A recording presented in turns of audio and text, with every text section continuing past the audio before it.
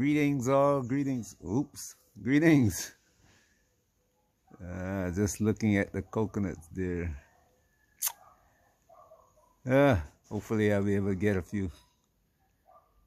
Yeah, the people who come around pick the coconuts and I don't even know that they're gone until I look up on the tree and see that they're gone. So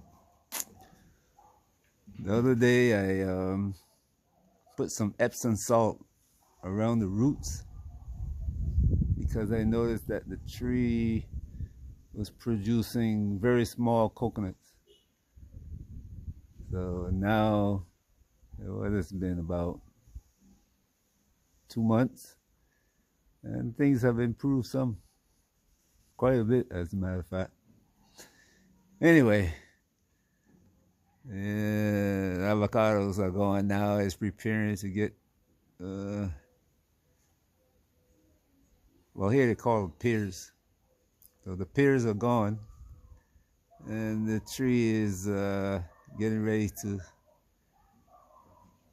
start, what would you call it now? The blossoming. So it should be sometime next month or so. You're gonna see it filled with blossoms, and this tree produces some of the best avocados I've ever tasted. Seriously. This is like the place where we produced anything we want to grow.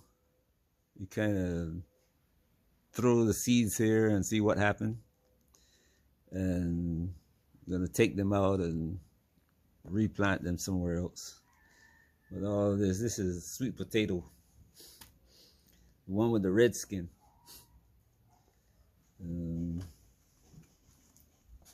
This is a different kind of avocado there, but some of these here are Hass avocados too, but they're all different types. That is supposed to be, or going to be, a vegetable patch where you can plant seasonings and all that in there. But you can see we are building a fence around it to keep our fellow, what do you call it now, consumers from helping us out. The monkeys. Oh man. Oh well. This is like the monkeys in Gambia. The monkeys in Gambia ate cassavas out of the field. That's something I couldn't believe, but see it myself. I enjoy this view. I'm serious. This is one of the best views that around this area. There are some better, but this is, at least in my opinion, but this one is great. And if I can get rid of that tree right there and that other tree right there, which is blocking the sunlight, then things will improve somewhat. That is looking towards Bathsheba and East Coast Road. Going towards St. Andrew.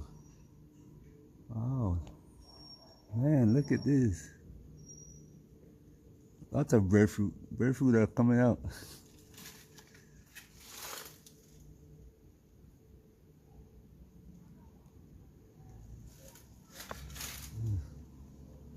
This building here actually,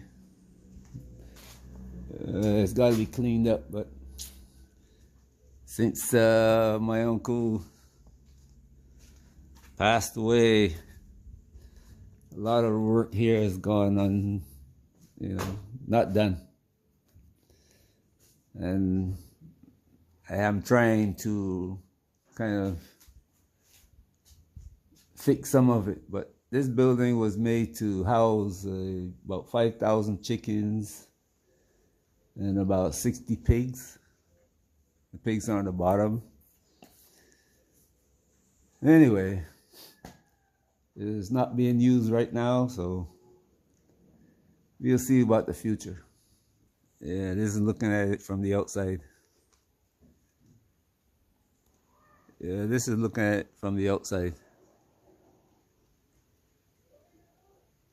I thought I'll walk around here and talk, but it seems like as soon as I decided to get out, the rain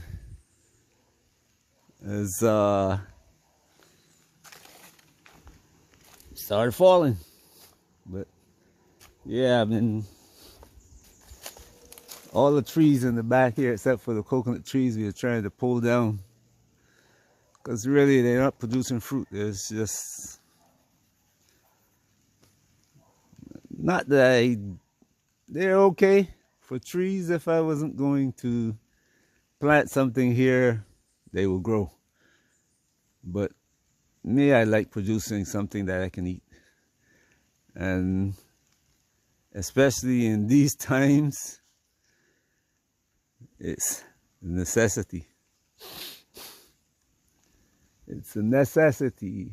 I mean, the video that I was about to make now deals with the same subject. Anyway, I had a guy came to, Rasta, that cut down these trees and is showing me how to get rid of them,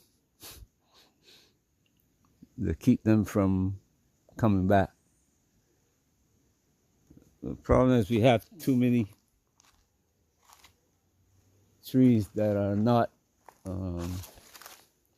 producing fruit, and is making the area dark, and all the small trees like this one that produce fruit is like not growing. This mango tree here, well, it was damaged by one guy. I had cut trees and I wasn't here, and he cut it, but it regrew. And I think it's a Haitian mango, which is one of those sweet mangoes. This one right here is, I forgot the name of it, but it's a very sweet mango also. But he just, imagine taking down these trees with a machete. Just a machete now. Look at the size of that tree. So, and right here, that's cleared. Actually, the building that you just walked to upstairs was supposed to be built here, and that space right here. And they're thinking about putting a house right here, but they changed their mind. I was actually thinking about building my house on top of this area right here. But then 2019, 2020 came along, and you know what? Go to Africa. And we went to Africa, leaving all of this. Anyway, is what it is. We're trying to make some changes now, and we'll go from there. But you'll see. I'll make another video after we got most of these trees cut out. We're just planning on leaving the coconut trees, and then we plant other trees like avocado, and already started putting banana trees all the way up through here. So we're gonna come all the way down with bananas, straight down, and yeah, like I said, go from there. Anyway, the real reason why I came down here today, though, or why I got up, because I was sitting upstairs and I was watching something that reminded me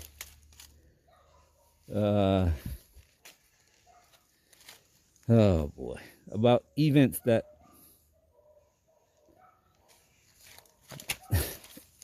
we spoke about, I spoke about in the past, and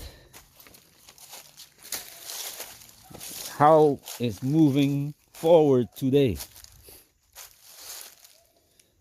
Like I wrote a few notes, jotted down a few notes really quickly so that I can make a short video. I don't want to make it too long. No 30-minute videos now. Anyway, some time ago I made a video asking you guys to keep an eye on your finances. Look at it and make plans for the future, because things are going to change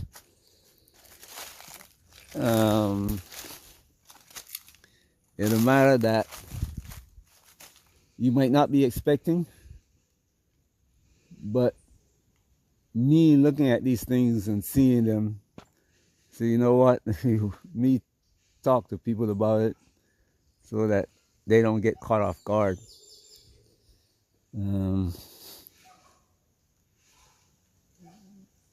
The president, he is seeing America collapse, and it is collapsing. And before, the people before him all started wars to try to keep that collapse from coming.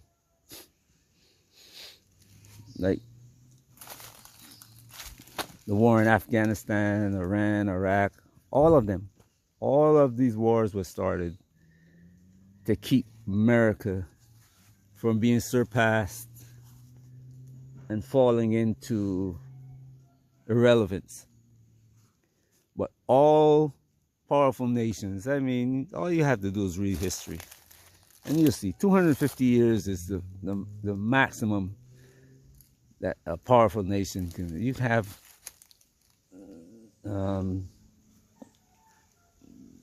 the Greek, Persian, Roman, well, you shouldn't say Persian, Roman, the Persian,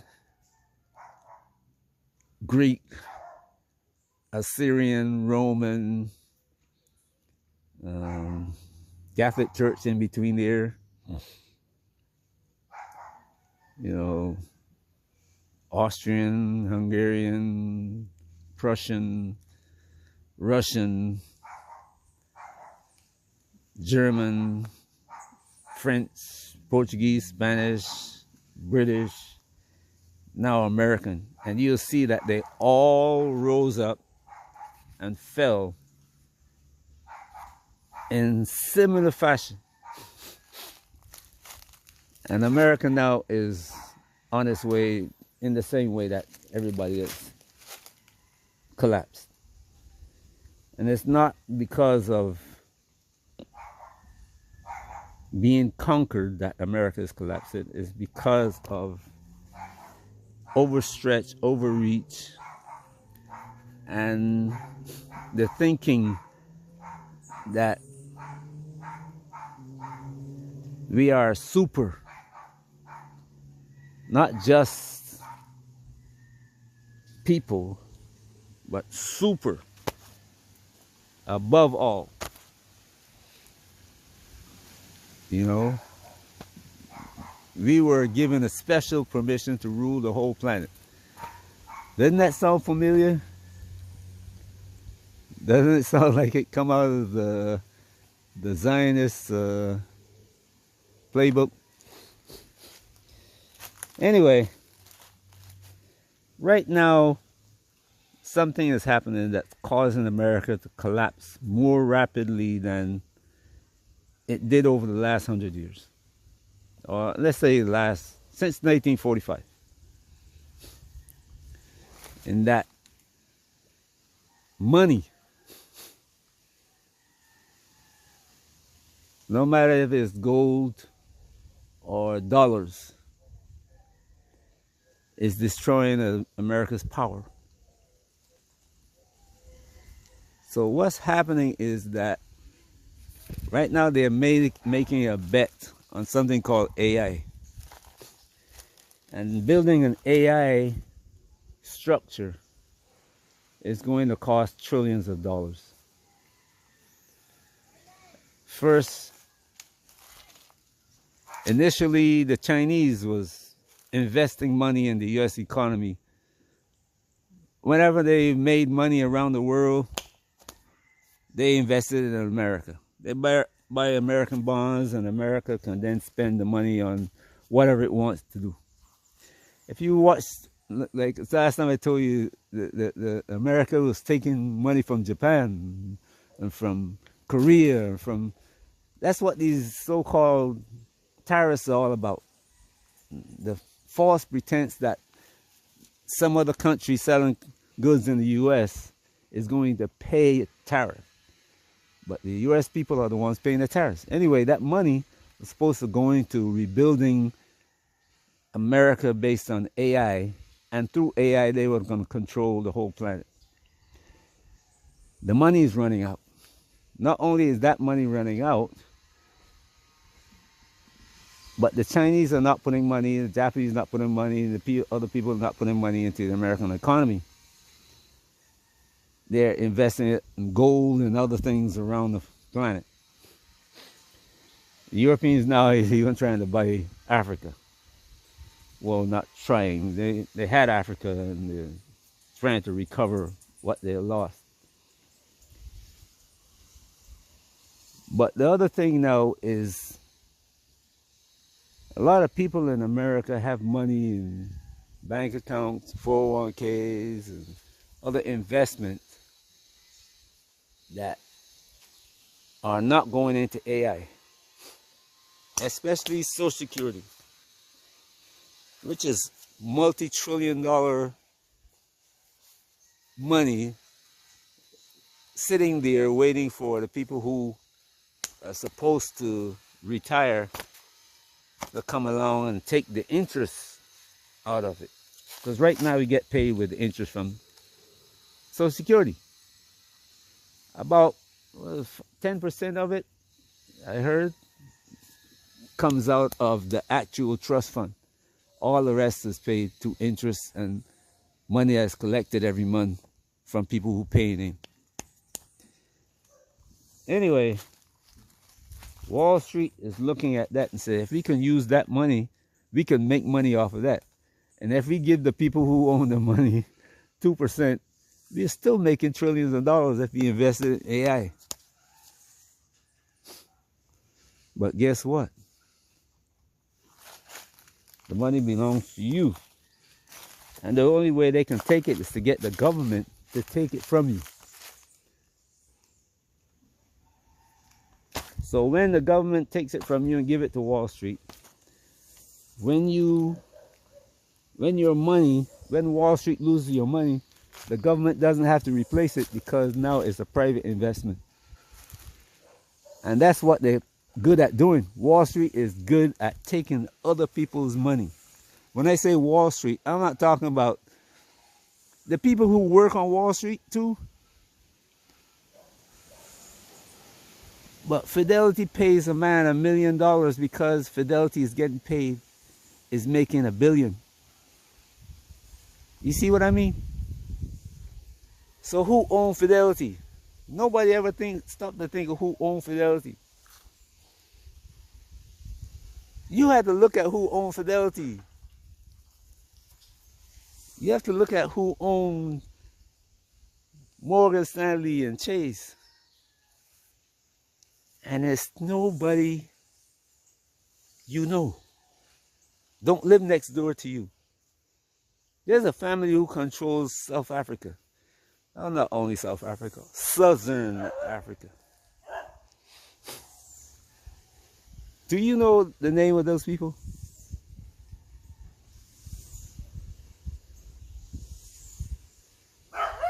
There's the people who control South America, Brazil.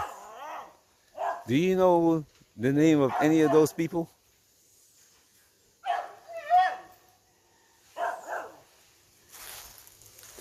So when you lose your money, and you're destitute, they will continue to rule over you. But see now, with the government unable to put money into their pockets directly through the banks and through the interest that the government is paying, and through the Chinese putting money back in there, they have to find that money from somewhere. They have to find that money somewhere. That's where your money comes in. And some people might say, well, I'm in the 401k, I'm not in Social Security, so they can't take. Yes, they can. You watch how they take Social Security, and you watch how they were going to come after your 401k and take it.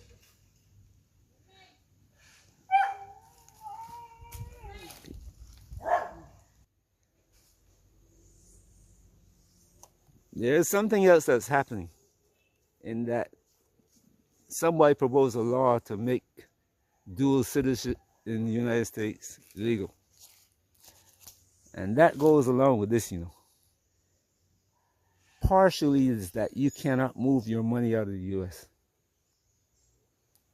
People who are African American, who used to get citizenship,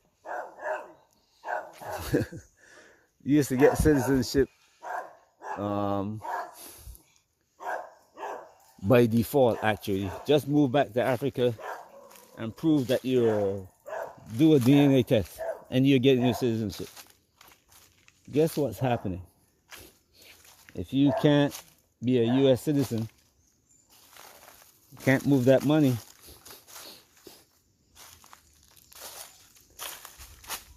guess what?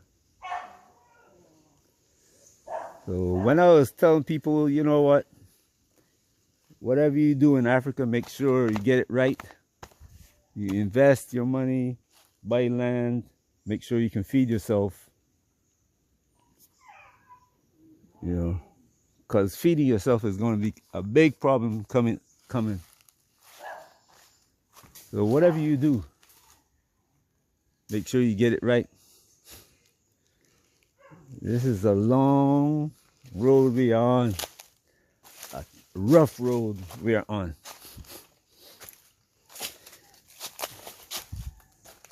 It's not going to end. You understand? Some people are talking about it's coming to an end. No, it's not going to be an end. If you were alive when Rome held the same position America held today, Rome is gone, the world is still around. How many millions of people died that shouldn't have if they have the knowledge to survive? Have a great day wherever you are. Peace. The caption to this video is of a former Social Security administrator named Ed Weir. And anytime he's one of the people, one of the channels that I watch anytime there's a change in Social Security. Actually, I watch him and gather information about preemptive strikes, because he will speak about something. He will say, well, the Social Security Administration is doing so and so, and I think to myself, where is this going to go? And he gives you the facts of what's happening, and then extrapolate from there. And often I find that Social Security puts out information because in the future, the changes that are going to follow are going to have an adverse effect on people. So if you want to, you can watch his channel. I suggest that you do it, because it tells you what the government is doing, what the president is about to do, and how it's going to affect your money. Not only Social Security, but how it's going to affect other parts of the economy. And in my video, I'm talking about 401k. 401k was not made for the average person. It was created for executives, vice presidents, big people in business. That's who it was created for. But then they saw how much potential it has to make money if they got everybody involved. So they started pushing it. And that's how you see now Wall Street has so much money, because they collect 401k money from everybody in the country every week or month. Every company now is forcing employees into 401ks and getting rid of retirement benefits. And guess what? Social Security is what? Retirement benefit. So you see how I just don't depend on one source of information.